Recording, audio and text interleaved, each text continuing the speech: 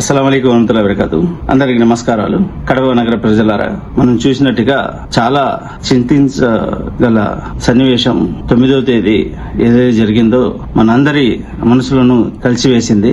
ఇంతవరకు చరిత్రలో రెండు వర్గాలు ఎలాగైతే అన్నదమ్ముల్లాగా కలిసిమెలిసి కడపకు ప్రగతి వైపుకు తీసుకుని వెళ్తున్నారో ఆ అన్నదమ్ములే ఆ రోజు రెండు వర్గాలుగా ఒకరి మీద ఒకరు రాళ్లు రువ్వుకోవడం అనేది మనమందరం ఏనాడు కూడా కల్లో కూడా ఊహించుండము. కానీ నేను ఇంతకు ముందు చెప్పిన విషయం ఏంటంటే ఇది రెండు వర్గాల మధ్య జరిగింది కాదు, రెండు రాజకీయ కుట్రల మధ్య జరిగింది. ఇది రాజకీయ పార్టీల మధ్య రాజకీయ కుట్రతో ఓటు బ్యాంకు కోసం చేసిన పని అని నేను చెప్తున్నాను. కానీ దాని తర్వాత దాన్ని లబ్ధి వైసీపీ, టీడీపీ ఈ రెండు పార్టీలు ఒకరి మీద ఒకరు బురద జల్లుకుంటూ దాన్ని రాబోయే లోకల్ ఎలక్షన్ లో ఏ విధంగా ఓటు బ్యాంక్ గా మార్చుకోవాలనే ఉద్దేశంతో ప్రయత్నిస్తున్నారని చూసి వాళ్ళిద్దరి ప్రెస్ మీట్ చూసి కాంగ్రెస్ తరఫున నేను ఈ వీడియో మీ ముందుకు తేవాల్సిన అవసరం వచ్చింది. నిజం చెప్పాలంటే ప్రజలారా, మనకు తెలుసు వైసీపీ గాని టీడీపీ గాని రెండు పార్టీలు బీజేపీతోనే ఉన్నాయి. ఆ రెండు పార్టీలు బీజేపీతో ఉన్నాయి కాబట్టి ఈరోజు ఏదైతే అక్కడ రాళ్లు రూకున్నారు ఆ సమస్యను రెండు పార్టీలు ఏకదాటిగా ఒక వర్గాన్ని సమర్థిస్తూ వెళ్తున్నాయి. ఒక వర్గం మీద 27 మంది మీద కేసు పడితే ఇంకో వర్గం మీద కేవలం ఒక్కరి మీదే కేసు పడితే ఈ వైసీపీ ఎందుకు ప్రశ్నించడం లేదు, ఈ టీడీపీ ఎందుకు ప్రశ్నించడం లేదు? ఎందుకంటే ఈ రెండు మతతత్వ పార్టీతో ఉన్నాయి, బీజేపీతో ఉన్నాయి. ఇద్దరిని ఎవరైతే పాల్గొన్నారో 27 మంది ఒక వర్గం మీద ఉంటే ఇంకా ఎక్కువ ఉన్నా కూడా వాళ్ళని పెట్టండి, 30 మంది ఉంటే పెట్టండి ఆడ కేసులు. ఇక్కడ కూడా 30 మంది 40 మంది మీద కేసులు పెట్టండి, కఠినంగా శిక్షించండి. ఎందుకంటే ఇటువంటి ఏదైతే దౌర్భాగ్యపు మరియు దురదృష్టకర ఈ చర్య ఇంకోసారి పునరావృతం కాకుండా ఉండాలంటే చాలా కఠినమైన చర్యలు తీసుకోవాల్సిన అవసరం ఉంది. కానీ ఎప్పుడైతే ఒక వర్గం మీద ఒకరి మీద కేసు పెట్టినారో ఎందుకు దాని మీద వైసీపీ గాని టీడీపీ గాని స్పందించడం లేదు? ఒకరైనా అక్కడ ఉన్నింది, చాలా మంది ఉన్నారు. కాబట్టి నేనేమంటా అంటే ఈ రెండు ఒక వర్గానికి ప్రోత్సహిస్తూ ఒక వర్గం వైపు కూడా లేవు. ఒక వర్గంలో గూండాయిజం చేసే మతద్వేషాలు చేసే వాళ్ళను ఈ రెండు పార్టీలు వైసీపీ గాని టీడీపీ గాని ప్రోత్సహించడం వల్లనే ఆ రెండు పార్టీలు ఆ వర్గానికి సానుకూలంగా ఒకరి మీద కేసు పెట్టినా గమ్ముగుండే ప్రశ్నించడం లేదు. ఇంకో వర్గం మీద అంతమంది మీద కేసు పెట్టినా వాళ్ళని కూడా కొంచెం కూడా పరామర్శ చేసే విధంగా మాట్లాడడం లేదు. నేనేమంటా అంటే ఈ రెండు పార్టీలు దీన్ని లోకల్ ఎలక్షన్స్ లో లబ్ధి పొందేదానికి ఒకరి మీద ఒకరు ఎలాగైతే రెండు వర్గాలు రాళ్లు రూకున్నారో ఈ రెండు పార్టీలు ఒకరి మీద ఒకరు బురద జల్లుకుంటున్నారు ఓటు బ్యాంకు కోసం. ఇటువంటి పరమ చెత్త రాజకీయాలు ఆపండి అంటాను నేను. ఈ సంఘటనకు మూలం ఏదో ఆ మూలం మీద పని చేయండి. ఇంకోసారి ఇటువంటి చర్య ఇటువంటి దురదృష్టకరమైన అటువంటి చర్య కడపలో కాకుండా పునరావృతం కాకుండా మీరు ఏం చర్య తీసుకుంటున్నారు?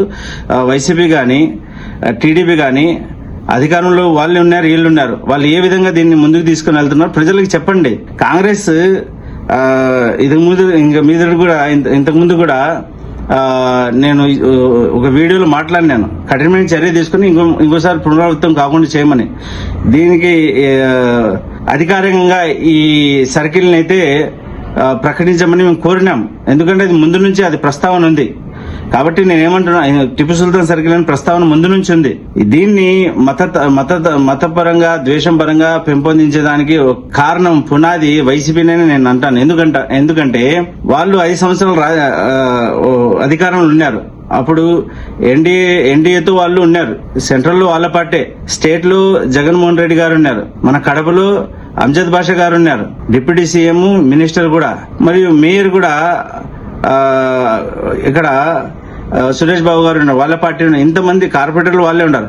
అప్పుడు ఈ పని చేయొచ్చు కదా అధికారికంగా, మీకు ఎటువంటి కల్మషం లేకుంటే మీరు చేయొచ్చు కదా అధికారికంగా. టిప్పు సుల్తాన్ సర్కిల్ అని మీరు వెళ్ళిపోయేటప్పుడు దీన్ని ఒక రాజకీయ కుట్రగా మార్చాలా, ఇరు వర్గాలు కొట్టుకోవాలా, ఇరు పార్టీలు బురద జల్లుకోవాలా, లోకల్ ఎలక్షన్ లో దీన్ని దీన్ని ప్రతిఫలాన్ని మీరు అనుభవించాలనే ఉద్దేశంతో చివరి మీటింగ్ లో కార్పొరేషన్ లో మీరు దీన్ని పాస్ చేసి వెళ్తే దాన్ని చంద్రబాబు నాయుడు గారు కూడా అన్నారనమాట, దీన్ని మేము టిపు సుల్తాన్ సర్కిల్ గా అధికారికంగా తీర్చిదిద్దుదామని.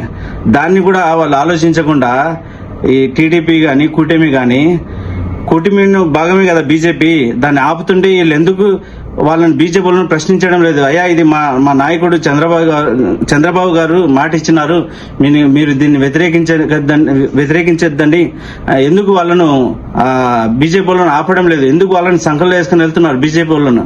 ఇదంతా ఏంటంటే ఒక ద్వేషపూరితమైన వాతావరణాన్ని కడపలో సృష్టించేదానికి, ఇన్ని రోజుల నుంచి లేని వాతావరణాన్ని సృష్టించేదానికి వైసీపీ టీడీపీ ఇద్దరు ప్రయత్నిస్తున్నారు.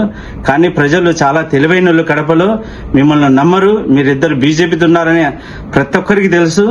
కాబట్టి రాబోయే లోకల్ ఎలక్షన్ లో మీరు 50 గెలుస్తారు, వాళ్ళు 50 గెలుస్తారని మీరు సంఖ్యలు ఎగరేసుకుంటున్నారు.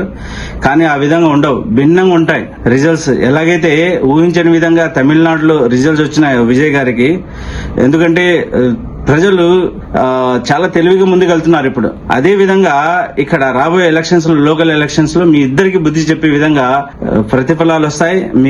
మీకు 5 సంవత్సరాలు, ఒకరికి 5 సంవత్సరాలు, ఒకరికి 10 సంవత్సరాలు ఇప్పుడు ఇవ్వడం వల్ల ప్రజలు ఏ విధంగా నష్టపోయినారు, ప్రజలు ఎంత ఇబ్బంది పడుతున్నారు ఆర్థికంగా. కడపలో బిజినెస్లు లేవు, ఎటువంటి అభివృద్ధి లేదు, అందరు ఇబ్బందులు ఉన్నారని అందరికీ తెలుసు ప్రజలకు. కాబట్టి ఖచ్చితంగా మీకు రాబోయే ఎలక్షన్స్ లో మీకు బుద్ధి చెప్పే విధంగా ఓటు ద్వారా ప్రజలు ఆల్రెడీ పూనుకొని ఉన్నారు.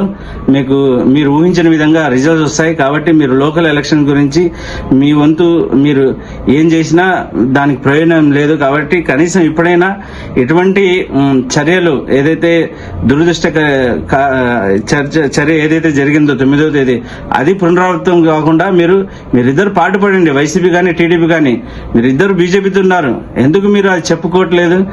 ఏమి చేస్తున్నారు మీరు ఇటువంటి చర్య పునరావృతం కాకూడదని? అది ప్రజలకు చెప్పండి.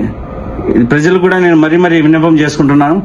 వీళ్ళ మాటలు వేరు, చేతలు వేరు. వీళ్ళ గురించి మీకు తెలుసు కాబట్టి మీరు తెలివిగా వీళ్ళకు బుద్ధి చెప్పాల్సిన సమయం ఆసన్నమైందని ప్రజలకు తెలుపుకుంటూ, ప్రజల సమన్వయంతో మరియు క్రమశిక్షణగా ముందుకెళ్లాలని, అభివృద్ధి వైపు కడపకు తీసుకుని, అక్కడ పాల్గొన్న వాళ్ళు కొందరు మాత్రమే దుష్టులు, అది ఏ వర్గమైనా. మిగతా మనమందరం అన్నదమ్ముల్లాగానే ముందు నుంచి ఉండాలని కూడా కోరుకుంటూ, సయ్యద్ గోస్పీర్, కడప సిటీ ప్రెసిడెంట్. జై హింద్, జై కాంగ్రెస్.